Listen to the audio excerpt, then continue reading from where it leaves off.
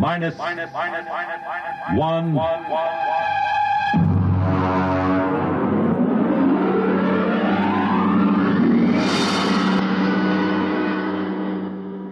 Tonight's story, Protective Mimicry, by Algis Budrys.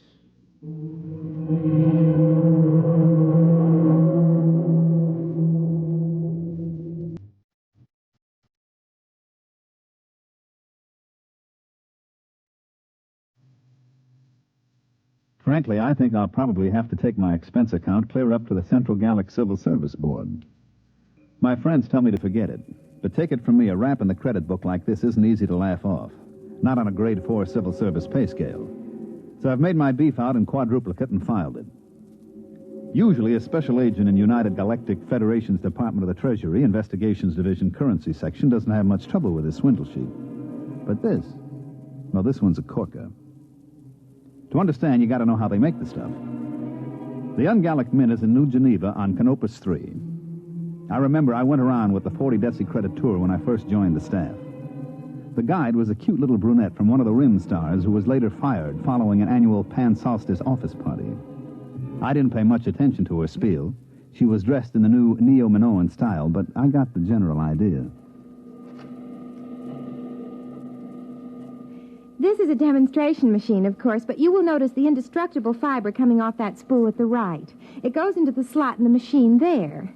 Now, if you'll pass along, you see it goes between those two rollers through 6 or 7 chemical baths. No, I'm not sure what chemicals. That's restricted information. It's stamped, analyzed for flaws, dyed, and then run through this unit here. This is the most carefully guarded part of the process.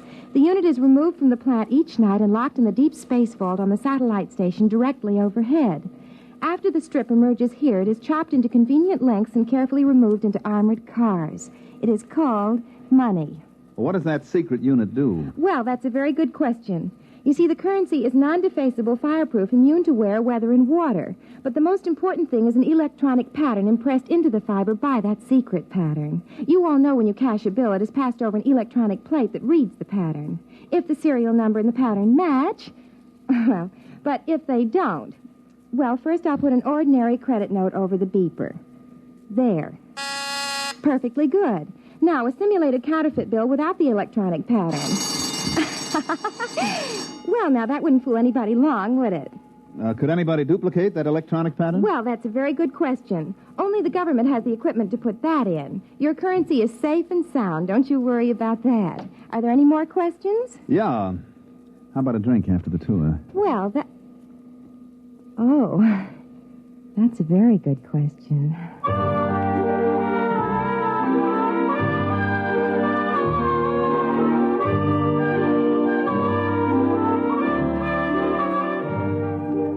It sure was.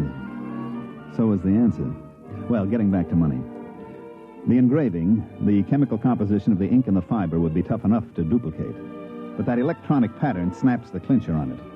That's why Chief Inspector Saxgard of my division looked sourly at me when I came into his office and spread a fistful of credit notes on his desk. What's that? What's it look like? A handful of 50s. Why? Put a couple of them over your beeper plate. Okay. Well, they're perfectly okay. What's it all about? Look at the serial numbers. 3, 4, 5, 6, 5, 6, 7, 8, M. Look at the others. 3, 4, 5, 6, 5... What? Let me see them. Save your eyes. They're all the same. 14 50 credit notes with identical serial numbers. That's impossible. And every one of them goes over a beeper plate quiet as a sophomore climbing into a dormitory window after hours. Baumholzer, where did you get these? They came into the New York Clearinghouse from a branch on Deneb 11. The manager blew his top. He called us the minute he spotted them and sent them out to us. How about the manager? Is he blabbing all over the Bankers Club about it? I read the Ungallic Riot Act to him. He'll keep it under his hat. Good. At least we won't have any financial panics for a while. Have you checked these through the lab? Well, the ink and paper is government stock, and they match government beepers. The lab plates didn't squawk any more than yours did. Now, you could spend these anywhere as long as you only pass them one at a time. Baumholzer, you know, since the beeper plate came in, we've been sitting on our tails in this department, building up our pensions. Oh, I wouldn't say that. Neither would I outside this office. But you know darn well nobody can expect to counterfeit a bill and get away with it. It's only because throughout the universe there's a certain percentage of people who will try anything once, and a corresponding percentage of purblind idiots who will accept anything with engraving on it as money that we're here at all. Now, I've seen cigar coupons and crayon sketches come into this office. I've seen premium offers from household magazines, jet bus transfers. Why, some people would try to pick a Yale lock with a quarter of a pound of butter. Now, the only reason any queer can pass is because some goggle-eyed nudnik neglects to use his beeper plate. But I worry. For 15 years, I've sat in this stinking office and waited for somebody to invent a matter duplicator. Well, looks like you can stop worrying. Look at those bills, identical down to the whiskey stain in the corner. All right, Bumholzer, you call transportation and get out to Deneb 11 and find out if anybody in that neighborhood has a matter duplicator, or if he hasn't, what he has got.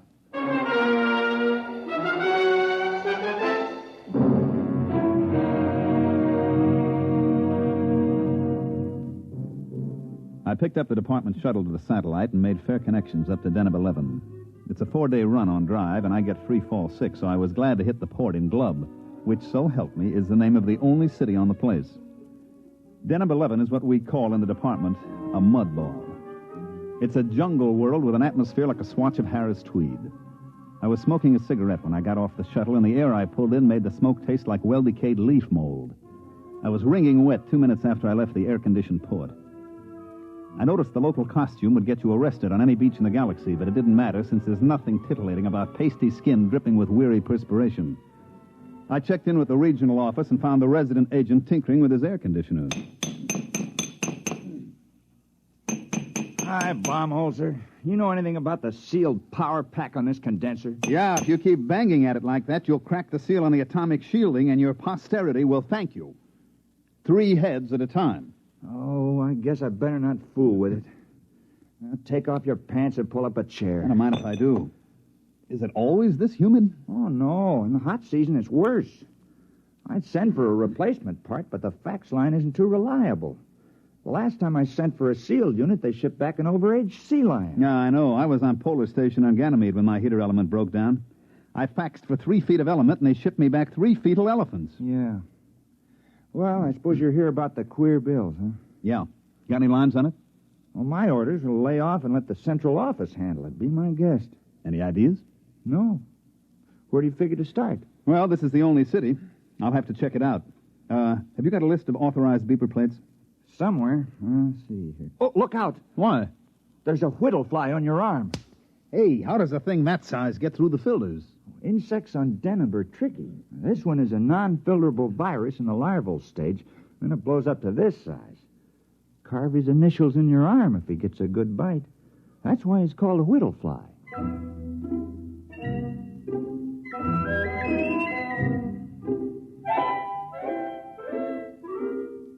The whittle fly was only one of the darlings that made the fair city of Glub a garden spot. They had one cute little tyke called the laboratory beetle, because when he bit you, he typed your blood and followed you around for days getting refills. I had one take a sample of me as I went out the door of the residency with a list of beeper plates, and he followed me from store to store while I checked every installation in the city. The little devil would step up to the bar every once and again to take another shot of my hemoglobin. I even tried ducking into men's rooms fast, but he'd be waiting for me when I came out. Well, I slogged through Glub for 3 days and then poured myself back into the residence office. Did he come in? Who? The laboratory beetle. No, they usually hang around in the hall and wait. Sometimes when I've got a poker game going, you can see 3 or 4 of the little angels buzzing around outside waiting like chauffeurs outside the opera. Wow. You draw a blank? Well, I found 7 defective beeper plates, but nobody remembers any queer bills being passed. You know, who checks serial numbers? They must have come in one at a time. And the clerks at the bank always were out to lunch and referred me to the next guy. You got any lotion for insect bites? Desk drawer. In a way, the beeper plates make it tougher. Nobody even looks at the bills anymore. Just throw them over the plate, and if no bells ring, it's okay. Well, how about the other angle? Matter duplicator? I checked invoices and purchase records. Nobody's been buying electronic parts that can't account for every tube. I thought I had something. One fellow bought 12 of those giant lithium cathode tubes, but it turned out his wife was having them wired as lamp bases. Well, I better be going. I hate to keep my little insect friend out there in suspense as to cocktail time. You got another lead? Yeah, I found a bar that makes a Tom Collins with real lemon juice instead of battery acid.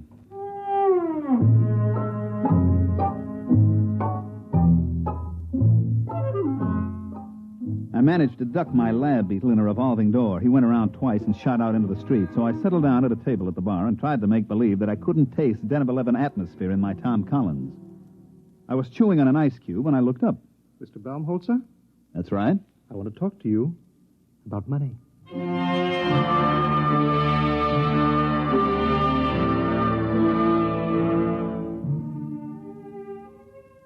He was a terrestrial, but he'd been on Deneb a long time because he was wearing the native garment about the size of a 5-pound sugar sack. His hair, which was potato field gray, was arranged in the old-fashioned Presley style. You know, the ancient long sideburns, duck's tail in the rear that vice presidents wear in family-style banks. His ears had little bits of bone stuck in them, and his eyebrows wandered all over his face, and he stood about 6'8". And I waited him out, and presently he spoke up again. You are the same Mr. Baumholzer who's been going around asking all those questions about duplicate ungallic notes? That's right. Can I help you, Mr. Munger, Duodecimus Munger. Now, this bids fair to be fascinating. I was under the impression that my mission here was just a wee bit on the secret side. There are no secrets in club. Now, won't you pull up a chair, Mr. Munger? I'm afraid I haven't time. Well, join me in a drink. Are you really the Mr. Baumholzer that's working on this case for the Treasury Department? Yeah, sure. Hey, you're not the fellow that's turning out these duplicates, are you? Well, as a matter of fact, I am. What? And don't move. This is a Power 30 Mistral coagulator I have. Look out with that thing. You've got it pointed at my head. Yes, I've got it set on high charge. It will fuse your brain solid. What else is new? Now, Mr. Baumholzer, stay right behind that table. Now, let's not make any rash decisions now. Well, I can't very well see how I could let you live. Oh, come on. Try. All right, now drop the gun. I'm afraid we'll be collecting a crowd. Give me that. Don't try to pick it up. I won't. I had something completely different in mind.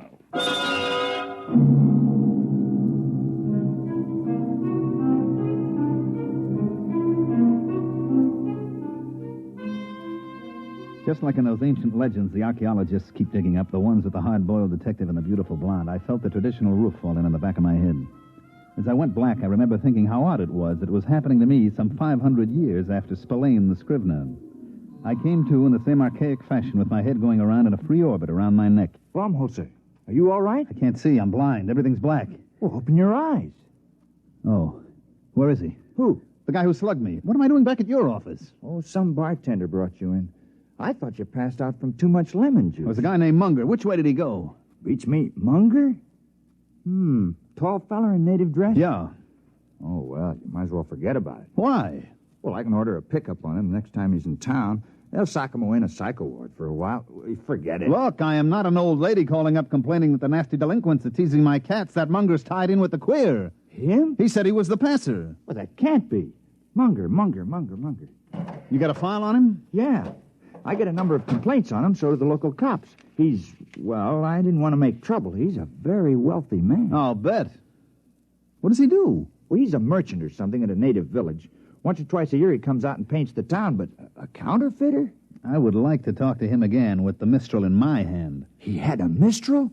Well, that's a violation of a municipal ordinance. You're supposed to check him at the quarantine Look, gate. I'm not investigating parking tickets and violations of the anti-noise laws. This is a counterfeiting case. Now, do you know where I can find him? Well, he's probably gone back to his village. Where's that? Out in the jungle. All right, get out your rubbers, friend. We're going out after him.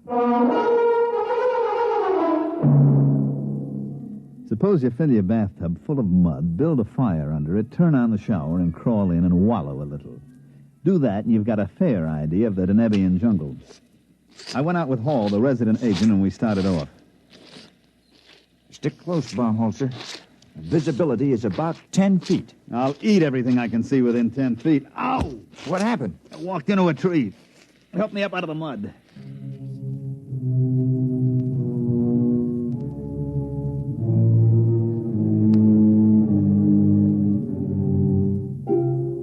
We puddled on for a couple of hours. The rain was so thick I didn't see the trees until I bounced off of them and sat down in the warm mud. I reflected as I struggled to my feet what a terrible waste. In the beauty salons of Charles of the Ritz Asteroid, ladies from all over the galaxy paid thousands of credits for hot mud baths to take the wrinkles out and make their skin smooth and caressable. And here was I getting a much more thorough treatment every time I sat down. They issue a lot of special equipment from department stores, and it all functioned perfectly. My neo-latex galoshes were fine, but stuck in the mud. My Minipower goggles and wipers kept my eyes clear, but they didn't keep me from crashing into every tree.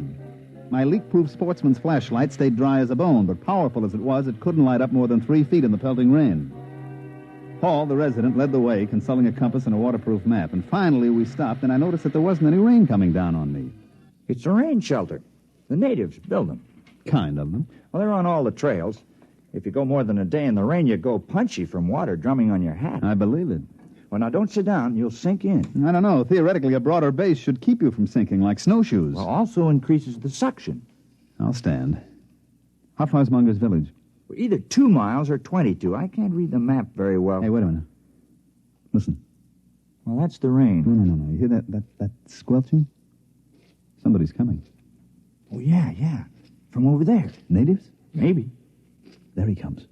Well, we've got first pick on the shelter. It's a native tradition. First come, first dry. Yeah, there's somebody out there, all right.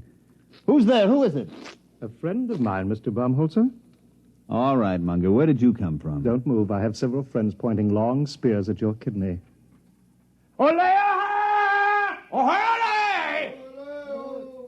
Shall we go, gentlemen, back to my village? I believe you were looking for it.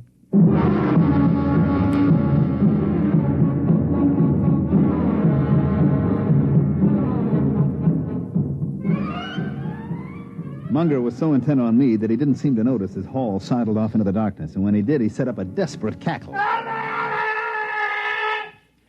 He had a few of his fraternity brothers chase down the trail with spears waving wildly, but they came back murmuring some kind of a Choctaw, which seemed to carry the implication that Hall had gotten away like a big-bottomed turtle. Well, Mr. Baumholzer, your companion's action has saved your life for a while. Yeah, he'll bring back a platoon of Marines, and they'll reduce that village to a bullion cube. We'll just have to hold you as a hostage in case help should arrive. Thanks. At any rate, shall we get back to the village?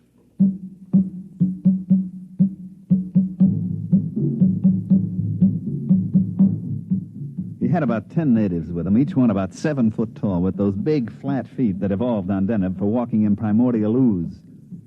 They were dressed in the standard native loincloth with matching accessories, namely 10-foot spears. When, as we started out along the trail, I got a good look at Munger's loincloth, it was composed of tastefully arranged 1,000-credit notes. Well, by the time we got back to the village, the rain had stopped. The humidity, of course, was still 120%, and the only difference was that the moisture just loitered around rather than actually falling. There was some kind of a clam bake going on in the village. The natives were pounding a couple of drums, and as far as I could see, getting rapidly stinko on some kind of jungle juice that they passed around in huge gourds. They were leaping and dancing, and as far as I could tell, doing snappy sayings and fancy patter as I sat on some kind of a low mushroom and tried to ignore the 2 spears that were pressed against my throat. It felt as if a nervous barber was trying to shave me with his razor tied on the end of a 10-foot pole. After a bit, Munger strode up to me with all the dignity of the lord of the jungle, and he waved the spears a foot away, pulled up a mushroom, and sat down. Actually, that wasn't a native rhythm at all. The original Danubian music is a kind of quiet, flute-like melody, something like Mozart. That didn't sound very flute-like. Yes, I know. One of the first terrestrial anthropologists out here to study the Denebs took recordings of their music, and then to be polite, he played them in a few recordings that he'd made on an earlier field trip. Unfortunately, they were from that lost rocket colony on Ceres. Their music was a degenerate ancient form called, I believe, Roland Rock. The Denebs liked it, and they've been doing it ever since. What's the party? They're propitiating the tree. I don't know why. It's never failed yet. But they're very conservative. They've got to go into this act every night before I can do my stuff. Lasts all night. Want a drink? No, thanks. Oh, I wish I had a fifth of something civilized. I've been drinking this native swamp water for much too long.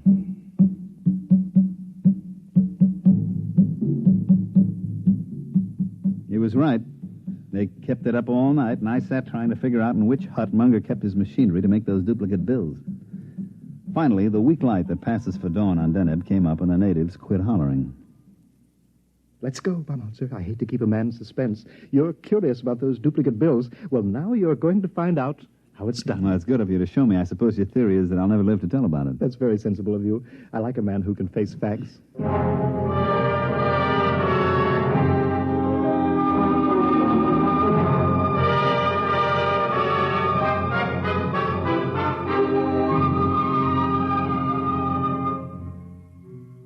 walked across the mud square to the base of a tremendous tree, which I gathered was the guest of honor for last night's shivaree. I still couldn't see the connection, but I was willing to wait. The natives sat around in a deathly hush, and Munger and I stepped forward. You notice? Nothing up my sleeves. As a matter of fact, no sleeves. And not much arm, either. Now, I take this 50-credit note. Care to examine it? Oh, I've seen it, and 14 others like it. Yes, I only use a 1,000-credit bill when the natives need new loincloths. These 50s are a lot easier to dispose of. Oh, I don't know. I traced them to you. But that was a mistake. One of my contacts got a little greedy, spent too many bills in one place. All right. Now, I used to have the natives make a loud noise, but I'll use your gun instead here. You see, I take this bill, fold it, so, and so, and so. And there. What are you making a paper plane for? Just watch. I raise the note in one hand, I aim at the tree, and I fire your gun up in the air. Like this.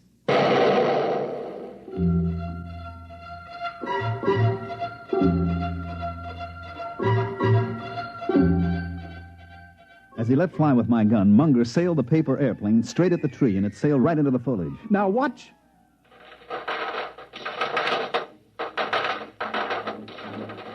The bill came sailing back out of the leaves, and right behind it came another one. And then the air was filled with paper planes. Squadrons, wings, armadas of paper airplanes, each one made up of a folded 50-credit note. They sailed out over the whole village, and Munger set the natives to collecting them and bringing them back. There you are. There'll be several thousands of them. Look, look, look, look, look, look, look. Genuine. Absolutely genuine. And I suppose they'd go over a beeper plate without a tinkle. Startling, isn't it? Protective mimicry. Yes, precisely. You know, I discovered this tree 6 years ago while I was attempting to evade the clutches of the law on a confidence rap. I swung an axe at it to blaze a trail, and 50 axes came bouncing back at me. Well, I never heard of any plant developing mimicry to this extent. I know some plants and animals assume dangerous life forms as a camouflage, but this... Mm-hmm. Well, I'm not a botanist. All I know is that you scare the tree with a loud noise. You throw something at it, and it duplicates what it thinks is the danger. Well, speaking of danger, it doesn't look as if your colleague is bringing any help. Oh, I'll miss your company. Interesting. You'll be shot with your own gun. Now, look, Munger. Don't wriggle. I hate a moving target. What is that? Looks like the cops, Munger, at the edge of the village. Home holster, where are you? We outnumber them. I'll get you anyway. No. You can't run away from me. I'll shoot.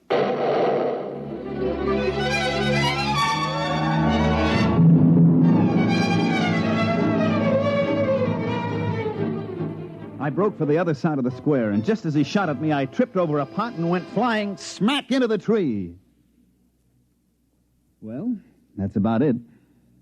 Here we sit in the spaceport on Deneb 11, and I'm darned if I'll pay our transportation back until I hear that the office is going to okay my expense account. Munger? Oh, he's in jail at New Alcatraz. Once he missed a shot at me, it was all over. After I fell into the tree, he didn't stand a chance against us. That's right. Us. All 168 of me. Right, Ed? Right.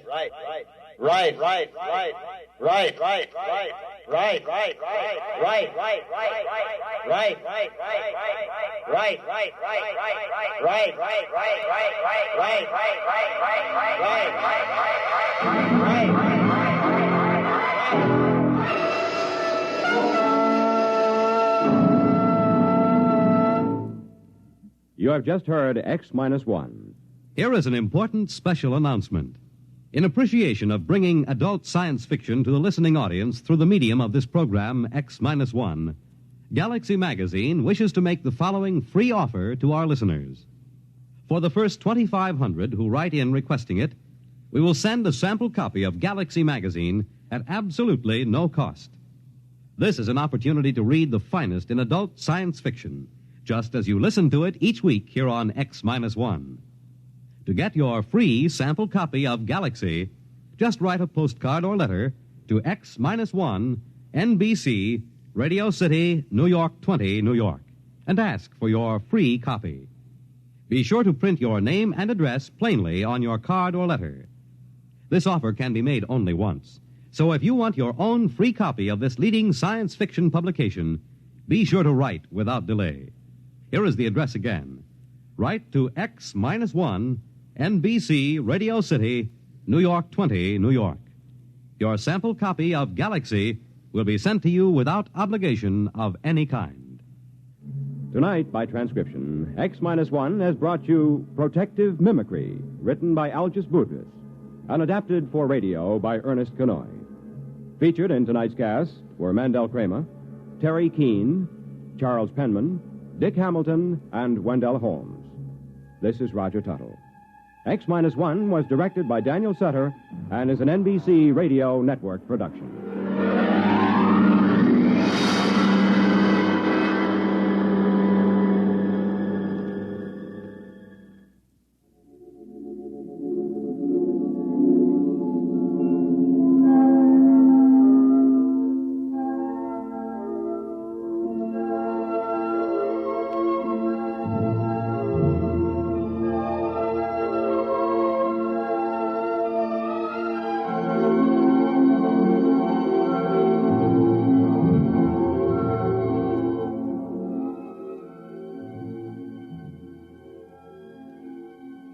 Remember, for your free sample copy of Galaxy, just send a postcard to X-1, NBC, Radio City, New York 20, New York. Now be sure to print your name and address plainly on your card.